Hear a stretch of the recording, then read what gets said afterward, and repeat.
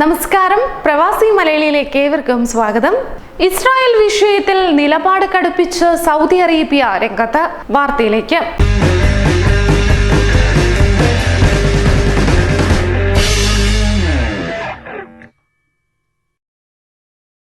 ഇസ്രായേലിൻ്റെത് അനധികൃത കുടിയേറ്റം തന്നെയാണെന്ന നിലപാടാണ് സൗദി അറേബ്യയ്ക്കുള്ളത്.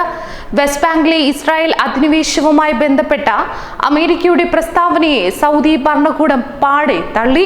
സൽമാൻ രാജാവിന്റെ അധ്യക്ഷതയിൽ ചേർന്ന മന്ത്രിസഭാ യോഗത്തിലാണ് അമേരിക്കയുടെ പ്രസ്താവനയെ ഇപ്രകാരം തള്ളിയത്. ആണവ പദ്ധതിയുമായി ബന്ധപ്പെട്ട് ഇറാൻ തുടരുന്ന നിയമലംഘനങ്ങളെയും മന്ത്രിസഭ അപലപിച്ചു എന്ന് തന്നെ പറയാം.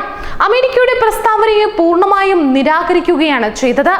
വെസ്റ്റ് ബാങ്കിൽ ഇസ്രായേൽ താമസ കേന്ദ്രങ്ങൾ ഒരുക്കുന്നത് അന്താരാഷ്ട്ര നിയമത്തിന് വിരുദ്ധമാണ്.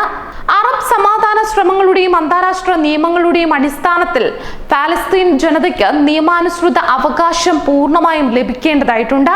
ശാശ്വത സമാധാനം കൈവരിക്കുന്നതിന് ഇത് അത്യാവശ്യമാണെന്നും മന്ത്രിസഭ വ്യക്തമാക്കി. സൗദി ഭരണാധികാരി സൽമാൻ രാജാവിന്റെ അധ്യക്ഷതയിൽ റിയാദിലെ യമാമ കൊട്ടാരത്തിൽ ചേർന്ന മന്ത്രിസഭാ യോഗത്തിലാണ് ഇസ്രായേൽ വാസസ്ഥലങ്ങളുമായി ബന്ധപ്പെട്ട് അമേരിക്ക നടത്തിയ പ്രസ്താവനകളെ പൂർണ്ണമായും നിരസിക്കുന്നതായി ആവർത്തിച്ച് വ്യക്തമാക്കിയത്.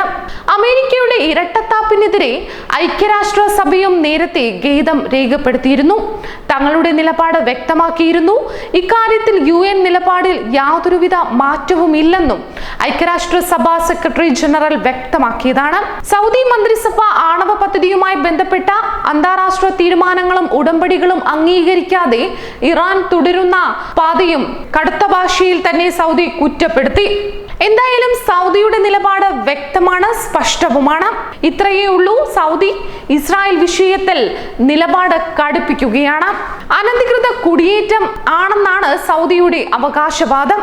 എന്തായാലും അമേരിക്കയോട് സൗദിക്ക് തീരെ യോജിപ്പില്ല. മറ്റൊരു പ്രവാസി മലയാളി വാർത്തയുമായി വീണ്ടും കാണാം. നന്ദി, നമസ്കാരം.